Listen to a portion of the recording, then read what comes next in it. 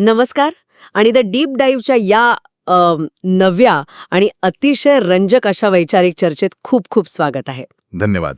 आणि खरंच आजची चर्चा खूप वेगळी होणार आहे. हो, कारण आजचा आपला हा ज्ञानाचा सखोल प्रवास एका अशा विषयावर आहे जो केवळ इतिहासाच्या पानांपुरता मर्यादित नाहीये. ती एक अगदी जिवंत आणि अखंड चालत आलेली परंपरा आहे. अगदी बरोबर. आज आपण आपल्याकडे असलेल्या स्रोतांच्या आधारे महानुभाव पंथ आणि त्यांच्या अत्यंत महत्वाच्या अशा कुळाचार्य परंपरेवर लक्ष केंद्रित करणार आहोत. आणि या सगळ्याच्या केंद्रस्थानी आहेत उपाध्ये कमळाऊसा. म्हणजे 13व्या शतकात बालवैधव्य आलेल्या एका सामान्य स्त्रीने थेट आचार्यपदापर्यंत कशी मजल मारली आणि तिथून सुरू झालेला हा ज्ञानाचा आणि संघर्षाचा प्रवास थेट 2023 मधील एका तरुण आचार्यांपर्यंत कसा पोचला याचा हा खरोखरच थक्क करणारा आढावा आहे. नक्कीच. आणि जेव्हा आपण या सगळ्या स्रोतांचा सखोल अभ्यास करतो ना, तेव्हा यातली सर्वात लक्षवेधी गोष्ट ही जाणवते की हा फक्त एका विशिष्ट धार्मिक परंपरेचा इतिहास नाहीये. बरोबर. संकटांच्या काळात, विशेषतः परकीय आक्रमणांच्या वेळी एखादा विचार किंवा तत्वज्ञान कसं टिकवलं जातं आणि ते एका पिढीकडून दुसऱ्या पिढीकडे कसं हस्तांतरित होतं याचं हे एक उत्तम उदाहरण आहे. आणि तेही एका स्त्रीच्या नेतृत्वाखाली. अगदी. एका स्त्रीने या सगळ्याचं नेतृत्व करणं हे त्या काळाचा विचार करता खूपच क्रांतिकारी पाऊल होतं मी म्हणेन. हो, आणि म्हणूनच मला या कथेच्या अगदी सुरुवातीला जायला आवडेल. आपल्या स्रोतांनुसार ही कथा सुरू होते ती थेट 13व्या शतकात. सध्याच्या छत्रपती संभाजीनगर जिल्ह्यातील बळेग्राम नावाचं एक गाव होतं. तिथे पुरुषोत्तम उपाध्ये नावाचे गृहस्थ राहत होते. त्यांना 2 अपत्य होती, एक मुलगा भायनायक आणि एक मुलगी कमळाऊसा. बरोबर. आता कमळाऊसा उपवर झाल्यावर तिचा विवाह तर झाला, पण दुर्दैवाने ती लवकरच विधवा झाली. आता 13व्या शतकाचा विचार केला तर एखाद्या स्त्रीवर बालवैधव्य येणं म्हणजे तिच्या आयुष्याची सर्व दारे बंद होणं असाच तो काळ होता. अगदी तेच. पण इथे स्रोतांमध्ये एक खूप मोठा आणि महत्वाचा वळणबिंदू येतो. तिचे चुलते ज्यांना जानू उपाध्ये म्हटलं जायचं ते या कठीण काळात पुढे आले. हो, आणि जानू उपाध्ये यांनी उचललेलं हे पाऊल अतिशय पुरोगामी होतं.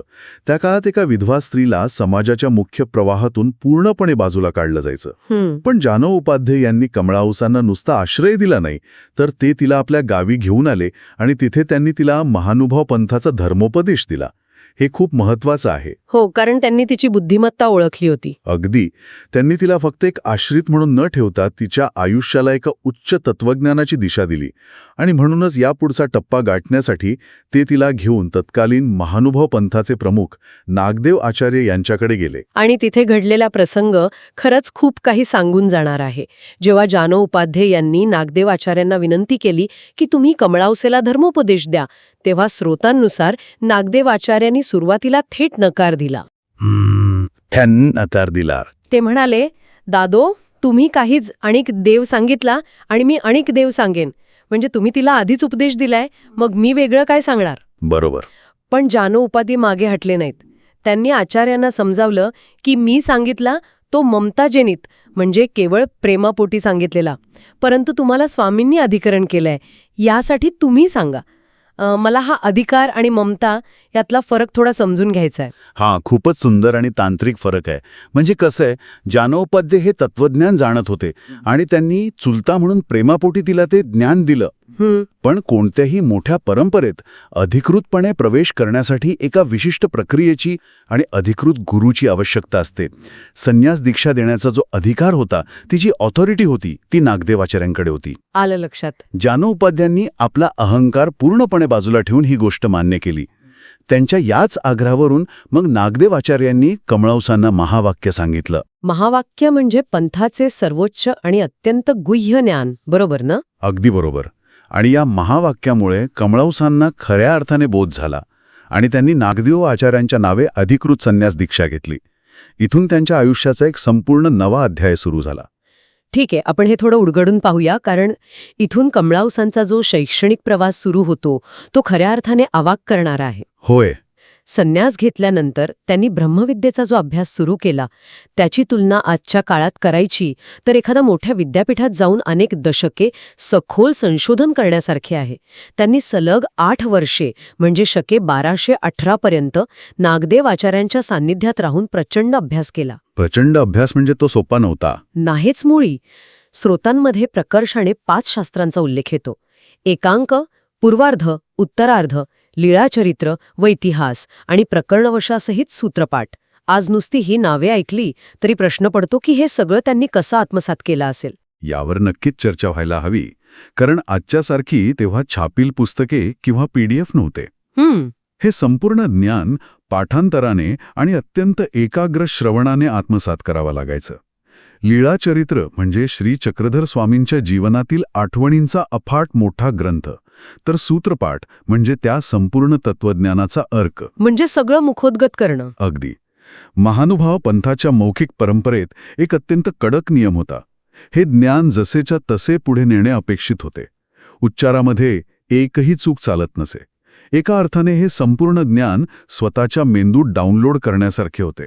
बापरे. सलग 8 वर्ष हे 5ही ग्रंथ मुखोद्गत करणे आणि त्याचे सखोल अर्थ समजून घेणे हे कमळाऊस यांच्या असामान्य बुद्धिमत्तेचे आणि प्रचंड निष्ठेचे लक्षण आहे, मी म्हणेन. खरंच. पण या अभ्यासाच्या काळातच शके 1218च्या सुमारास एक मोठी व्यावहारिक अडचण निर्माण झाली. कमळाऊसांचे चुलते जानो उपाध्याय आता अत्यंत वृद्ध झाले होते. ते इतके प्रवास करू शकत नव्हते. तेव्हा आचार्यांसमोर ही मोठी समस्या उभी राहिली की आता या वृद्ध काळात जानोपाध्यायांची काळजी कोण घेणार. त्यांना कोणत्या तरी एका गावी स्थिर ठेवावे लागणार होते. आणि इथे नागदेव आचार्यांनी जो तोडगा काढला तो त्यांच्या दूरदृष्टीचे उत्तम उदाहरण आहे. हो. काय होता तो तोडगा? आचार्यांनी कमळाऊसांना सांगितलं की कमळाबाई उपाध्ये हे तुझे निमित्त गुरु तथा चुलते म्हणून तू त्यांना गुरु मानून घे. आणि कमळाऊसांनीही एका क्षणाचाही विचार न करता आचार्यांची ही आज्ञा प्रमाण मानून लागलीच होकार दिला. हा नुसता होकार नव्हता, तर यातून एक अत्यंत अनोखा असा शिष्यत्वाचा विधी घडला, ज्याची नोंद इतिहासात झाली आहे. अगदी. स्रोतांनुसार आचार्यांनी स्वतः जाणो उपाध्यांना बोलावलं आणि सांगितलं की दादो, मी आपण होऊन कमळाऊसेला तुमची शिष्या करतो, तुम्ही हिचा स्वीकार करा. जानोपाध्यायांनी यास मान्यता दिली. त्यानंतर आचार्यांनी कमळाऊसांच्या हाती 5 सुपाऱ्या दिल्या आणि उपाध्यांसमोर 5 दंडवते घालण्यास सांगितली. हा विधी नेमका काय दर्शवतो? हा विधी म्हणजे अधिकाराचे विकेंद्रीकरण होते. आचार्यांनी कमळाऊसांना त्यांच्या चुलत्यांच्या अधिकृत शिष्या बनवले. ओके. जेव्हा कमळाऊसांनी जानो उपाध्यांच्या हाती त्या 5 सुपाऱ्या देऊन 5 वेळा दंडवत घातले, तेव्हा आचार्यांनी तिथल्या सर्व मंडळींना जाहीर केले की कमळाऊसा ही उपाध्यांची शिष्या झाली आहे. तेव्हा तुम्ही सर्वजण हिला उपाध्य कमळाऊसा असे म्हणावे. आणि इथूनच उपाध्य कमळाऊसा हे नाव आणि उपाध्य कुळाचार्य या परंपरेचा पाया घातला गेला. बरोबर. या एका निर्णयामुळे कमळाऊसा अधिकृतपणे जानो उपाध्यांसोबत राहून त्यांची सेवा करू शकल्या. त्यानंतर हे गुरुशिष्य राऊसगाव येथे राहण्यास गेले. तिथला काळ हा कमळाऊसांसाठी पूर्णपणे सेवेचा होता. त्या रात्रंदिवस जानो उपाध्यांची सेवा करत असत. पण शके 1220च्या सुमारास जानो उपाध्यांचे निधन झाले. तो मोठा धक्का होता त्यांच्यासाठी. हो. पण त्यांच्या आयुष्यात उसंतशी नव्हतीच. याच काळात एक अत्यंत महत्त्वाची घटना घडली. श्री चक्रधर स्वामींची एक अत्यंत ज्येष्ठ शिष्या साधाईसा फिरत फिरत रावश गावात आल्या आणि त्या तिथे अत्यंत आजारी पडल्या. कमळाऊसांनी त्यांचीही रात्रंदिवस सेवा केली, पण साधाईसांचा आजार वाढतच गेला. आणि इथे श्रोत्यांमध्ये एक अत्यंत रोमांचक प्रसंग नमूद केलेला आहे. जेव्हा साधाईसांना समजलं की आपली वेळ जवळ आली आहे, तेव्हा त्यांनी काही अत्यंत महत्त्वाच्या आणि पवित्र वस्तूंचं हस्तांतरण केलं. हो, त्या वस्तू खूप महत्त्वाच्या आहेत.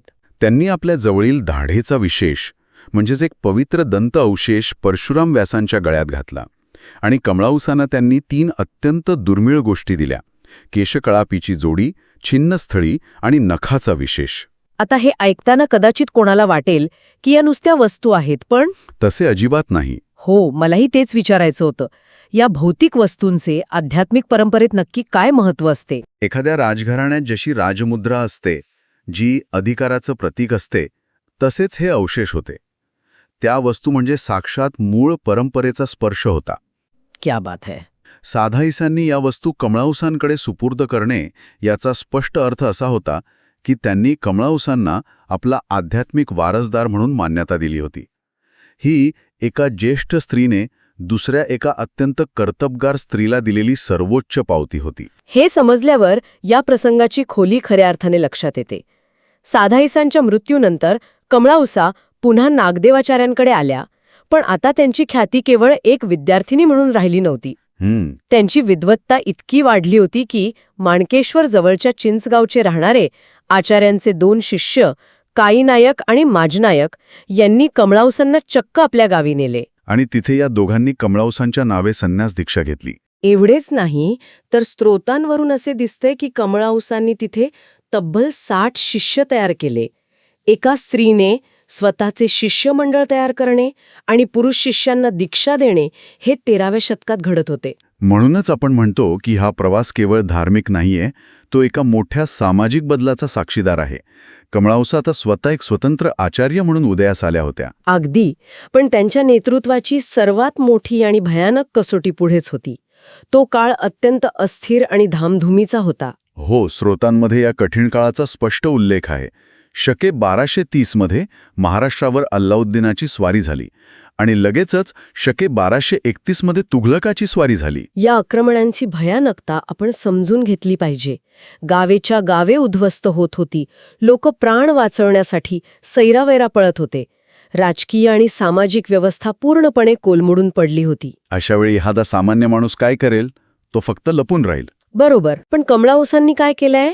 त्या आपल्या शिष्यांसहित वाल्हा या गावी गेल्या आणि या युद्धजन्य परिस्थितीत त्यांनी तिथे चक्क एक मठ बांधला. हे खरोखरच अंगावर काटा आणणार आहे. बाहेर सगळीकडे जाळपोळ सुरू असताना एक स्त्री ज्ञानाचे आणि परंपरेचं रक्षण करण्यासाठी मठाची उभारणी करत होती. हो, आणि त्यांनी आपले धर्मप्रचाराचे कार्यक्षेत्र वाल्हा हेच निश्चित केले.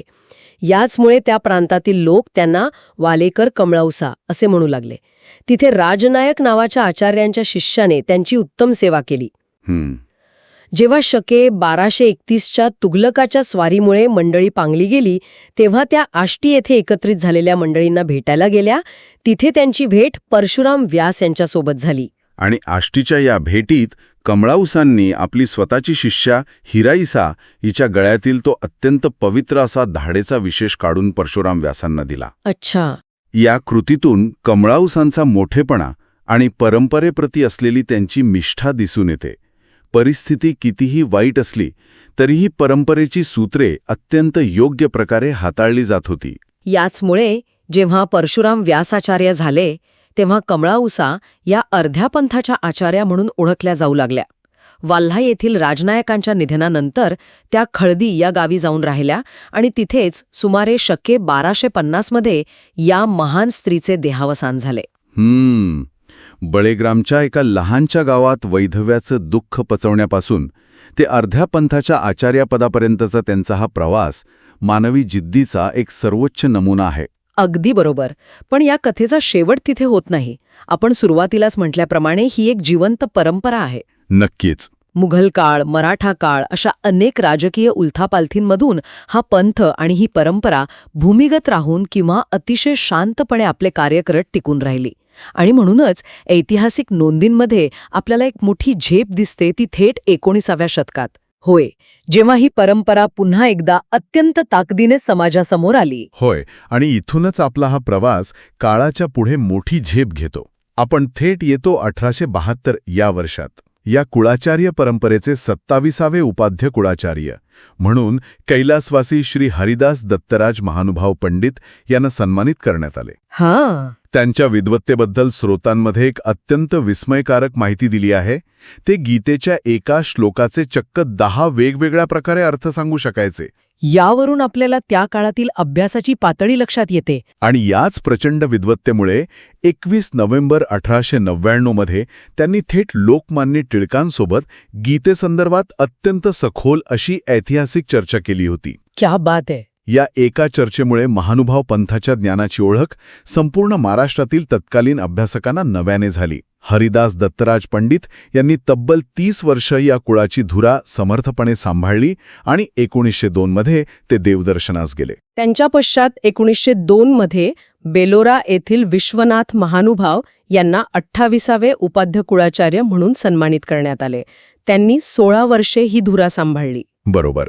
त्यानंतर 1919 परभणी जिल्ह्यातील मरडसगाव येथे केशराज लांडगे बिडकर हे 29वे कुळाचार्य झाले आणि त्यांनी 1935 पर्यंत या परंपरेचे नेतृत्व केले. पण 1935 जेव्हा 30वे उपाध्य कुळाचार्य विराजमान झाले तेव्हा या परंपरेने एक अत्यंत सुवर्णकाळ अनुभवला. होय, श्री ओंकारदादा पुजदेकर हे ते 30वे उपाध्य कुळाचार्य. ते अतिशय तल्लख बुद्धीचे होते. त्यांनी 1935 ते 1978 अशी सलग 43 वर्षे ही जबाबदारी सांभाळली. हा काळ भारताच्या स्वातंत्र्यापूर्वीपासून ते स्वातंत्र्योत्तर भारताच्या उभारणीचा काळ होता. अगदी. आणि त्यांच्या काळात अनेक मोठी कार्य झाली. त्यातील सर्वात मोठे कार्य म्हणजे रिद्धपुर येथील महाद्वार मंदिराचे बांधकाम. हो, 1943 मध्ये सुरू झालेले हे बांधकाम 1957 मध्ये पूर्ण झाले. आणि स्रोतांमधील ही आकडेवारी खरोखरच अचंबित करणारी आहे की 1957 मध्ये जेव्हा श्री बाबाजींनी या मंदिराला सुवर्ण कळस चढवून महोत्सव केला तेव्हा तिथे तब्बल 1 लाखाच्या वर जनसमुदाय जमा झाला होता. हे अफाट आहे खरंच. आजच्या काळात इंटरनेट असताना गर्दी जमवणे वेगळे, पण 1957 मध्ये एवढा मोठा जनसागर उसळणे हे निव्वळ अफाट आहे. हे त्यांच्या लोकप्रियतेचे आणि लोकांनी त्यांच्या कार्यावर ठेवलेल्या विश्वासाचेच प्रतीक होते. 1978 मध्ये त्यांच्या देहावसानानंतर पंडित बाबा महानुभाव हे 31वे कुळाचार्य झाले. त्यांनी 14 वर्ष म्हणजे 1992 पर्यंत ही जबाबदारी पार पाडली आणि त्यानंतर या परंपरेला आणखी एक मोठे वळण मिळाले. अगदी बरोबर. आणि इथंच हा विषय खऱ्या अर्थाने नव्या युगाशी जोडला जातो. 1992 मध्ये जेव्हा 32वे उपाध्य कुळाचार्य म्हणून वामनराज शास्त्री बिडकर, ज्यांना भोजने बाबा किंवा यक्षदेव बाबा म्हणूनही ओळखले जाते, ते विराजमान झाले. बरोबर. ते पहिलेच व्यक्तिमत्व होते जे 2 महंती प्रतिष्ठानंतर कुळाचार्यपदी विराजमान ठरले. त्यांनी 1992 ते 2023 अशी सलग 31 वर्षे या परंपरेचं नेतृत्व केले. आणि वामनराज शास्त्री बिडकर यांचं सर्वात मोठं योगदान म्हणजे त्यांनी केवळ धार्मिक कर्मकांडावर लक्ष केंद्रित न करता परंपरेला सामाजिक आणि शैक्षणिक कार्याची भक्कम जोड दिली. हे खूप महत्वाचं आहे. हो, आध्यात्मिक परंपरेने समाजाच्या तळागाळातील लोकांसाठी काम करावे हे तत्त्व त्यांनी कृतीत उतरवले. याचे सर्वात मोठे उदाहरण म्हणजे रिद्धपूर जवळील वज्रेश्वरी येथे त्यांनी मूकबधिर मुलांसाठी गोविंद गुरुकुल नावाची आश्रमशाळा स्थापन केली. क्या बात आहे. ज्या मुलांना ऐकता बोलता येत नाही अशा विशेष मुलांच्या शिक्षणाची आणि निवाऱ्याची सोय करणे हे खऱ्या अर्थाने महावाक्याचे आधुनिक काळातील आचरण होते. हे खूपच प्रेरणादायी आहे. उच्च तत्वज्ञानाला प्रत्यक्ष समाजसेवेची जोड देणे हे खऱ्या नेतृत्वाचे लक्षण असते. याशिवाय जानेवारी 2017 मध्ये स्थापन झालेल्या अखिल विश्व महानुभाव परिषदेचे ते पहिले अध्यक्ष झाले. त्यांनी आपल्या कार्यकाळात श्री क्षेत्र रुद्धिपूर, कनाशी आणि बीड या परंपरागत महास्थानांच्या ठिकाणी भाविकांसाठी भव्य मंदिरांची उभारणी केली. आणि त्यांचे जळगाव जिल्ह्यातील अमळनेर तालुक्यातील रणाईचे या गावावर विशेष प्रेम होते.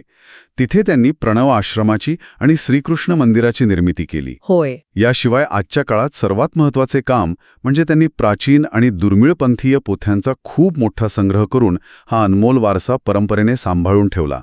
भारतभर त्यांनी केलेला प्रसार पाहता त्यांना संचार महर्षी ही उपाधी सार्थ ठरते. जानेवारी 2023 रोजी पहाटे 3 वाजता त्यांचे निधन झाले आणि एक प्रचंड मोठी पोकळी निर्माण झाली. त्यांच्या निधनानंतर आता ही शेकडो वर्षांची परंपरा पुढे कशी जाणार हा मोठा प्रश्न होता. आणि इथेच या परंपरेने आपला अत्यंत आधुनिक चेहरा जगाला दाखवून दिला. अगदी. 14 जानेवारी 2023 रोजी उपाध्य कुळातील सर्व ज्येष्ठ मंडळींनी एकत्र येऊन 33वे उपाध्य कुळाचार्य म्हणून एका अत्यंत तरुण व्यक्तिमत्वाची निवड केली, पूज्य श्री निलेश दादाजी बिडकर रणाईचे. वयाच्या अवघ्या 41व्या वर्षी ते या सर्वोच्च प्रतिष्ठेवर विराजमान झाले. आणि या तरुण आचार्यांची पार्श्वभूमी समजून घेणे खूप रंजक आहे. त्यांचा जन्म 25 जून 1981 रोजी अमरावती जिल्ह्यातील वडनेर भुजंग येथे झाला. ते बालपणापासूनच अत्यंत तल्लख बुद्धीचे होते आणि सर्वात महत्त्वाची गोष्ट म्हणजे त्यांनी सन 2000 मध्ये म्हणजेच वयाच्या अवघ्या 19व्या वर्षी संन्यास आश्रमात प्रवेश केला होता. फक्त 19 वर्ष. कैलासवासी वर्धनस्थ बाबा आणि श्री अशनाक्य भोजने बाबा यांच्या अत्यंत कडक शिस्तीच्या सानिध्यात त्यांनी अल्पवयातच ब्रह्मविद्याशास्त्र आत्मसात केले.